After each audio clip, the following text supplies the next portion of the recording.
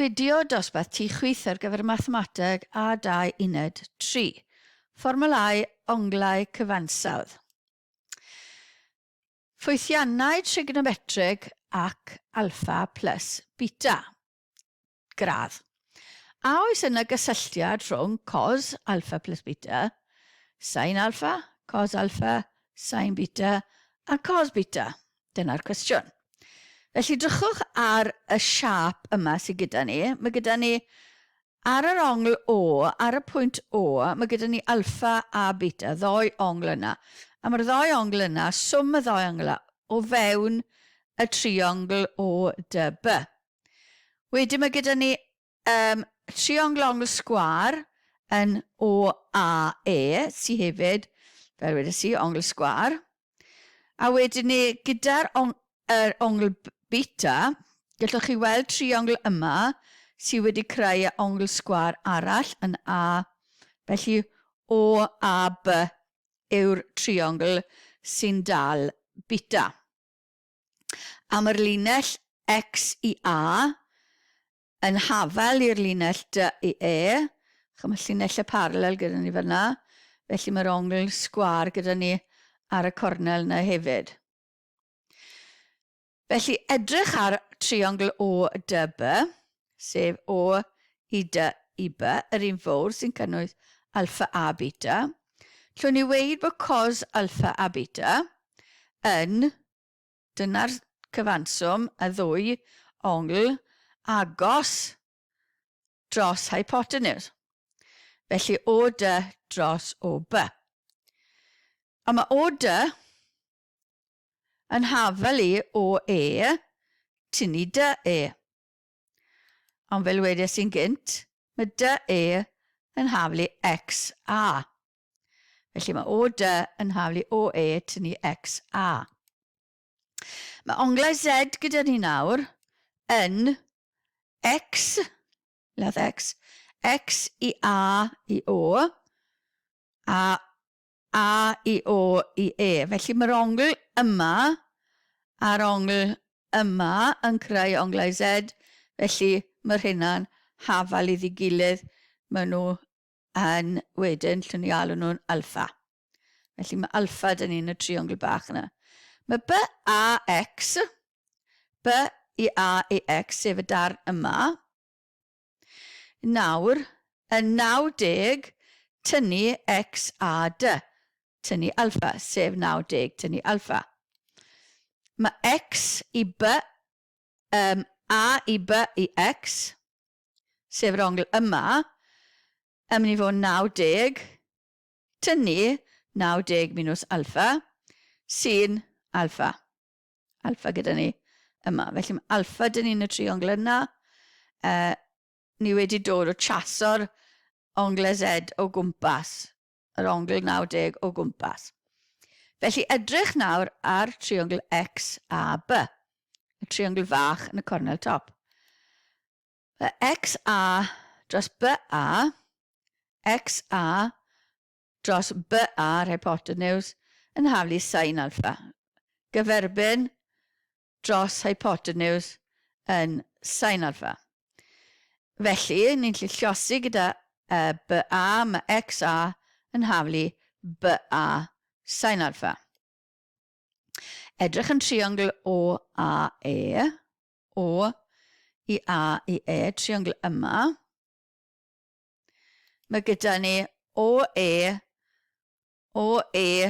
dros OA yw cos alpha agos dros gyferbyn yw cos alpha. Felly llosi da OA a ni'n cael OE yn hafal i OA cos alpha. Felly mynd nôl i'r hafaliad gyntaf oedd gyda ni yma.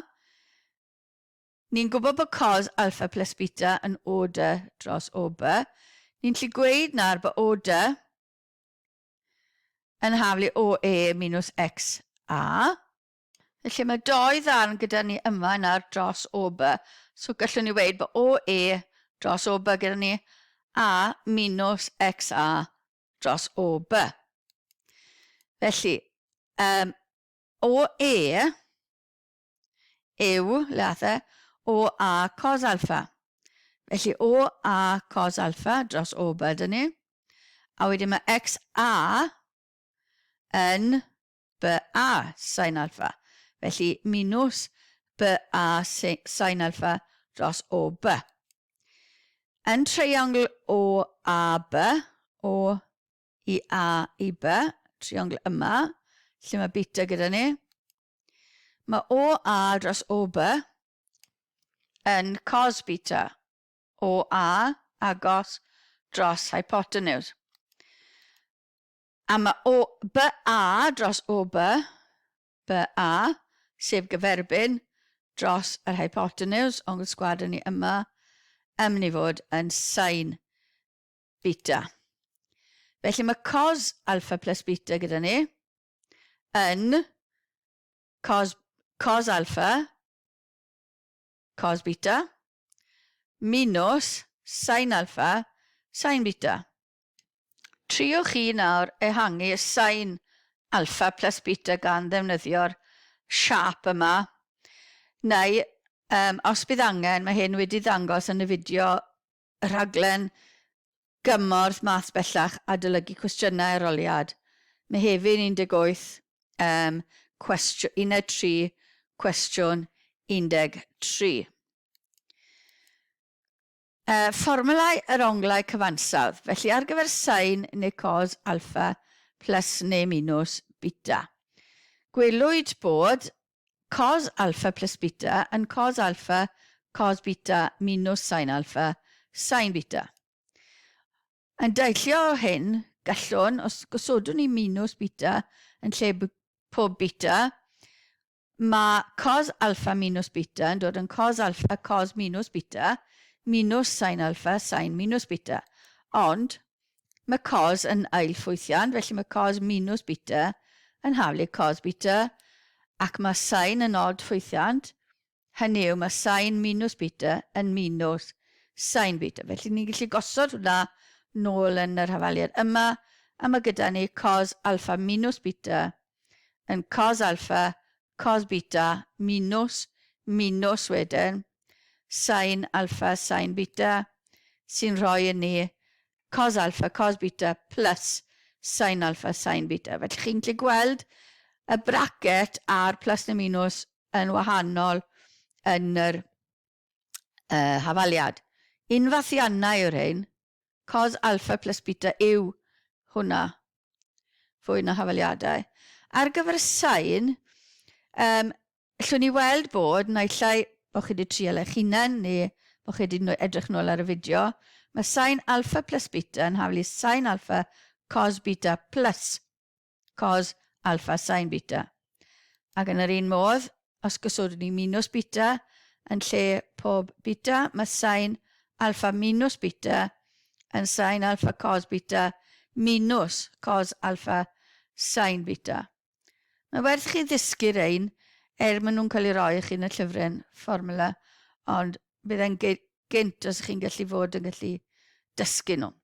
Ar gyfer tan alpha plus neu minus beta, gallodd ddarganfod hyn yn geometrigol gyda'r siap ar y sleid diwetha yna, neu gan ddefnyddio'r canlyniadau blaenorol. Hynny yw bod ni'n rhannu sin alpha plus beta gyda cos alpha plus beta. Felly, ar gyfer sin alpha plus beta, ni'n gallu gosod sin alpha cos beta plus cos alpha sin beta. Yn lle cos alpha plus beta, ni'n gallu gosod cos alpha cos beta minus sin alpha sin beta.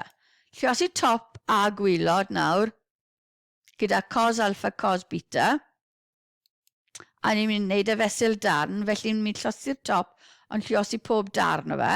Felly mae sin alpha cos beta rhannu cos alpha cos beta plus cos alpha sin beta rhannu cos alpha cos beta a dros cos alpha cos beta dros cos alpha cos beta minus sin alpha sin beta dros cos alpha cos beta. A mae sawl peth yn gallu canslo. Felly yr ffracsiwn cyntaf yma, mae'r cos beta yn canslo, felly gadael ni dy sin alpha dros cos alpha. Yn yr ail ffracsiwn, Felly mae plus, mae'r cos alpha yn canslo, gadael ni dy sin beta dros cos beta. Mae'r gwylod ar y chwith yn popeth ar top a popeth ar y gwylod un beth. Felly 1 yma minus a mae dim byd yn canslo fyna. Felly sin alpha, sin beta, cos alpha, cos beta. Felly chi'n gallu gweld nawr, mae gyda ni, felly tan alpha plus beta oedd gyda ni, yn hafel i, wel tan alpha yw sin alpha dros cos alpha, plus tan beta, sin beta dros cos beta, dros 1 minus, wel mae tan alpha lliosi tan beta dyn ni, sin dros cos alpha a sin dros cos beta gyda ni fyna. Felly dyna'r fformula ar gyfer tan alpha plus beta, a wedyn gosod minus beta mewn, a mae tan yn odd ffwythiant, felly mae tan alpha minus beta yn mynd i fod yn tan alpha minus tan beta dros 1 plus wedyn tan alpha tan beta. Gan fod tan hefyd yn odd ffwythiant fel wedes i.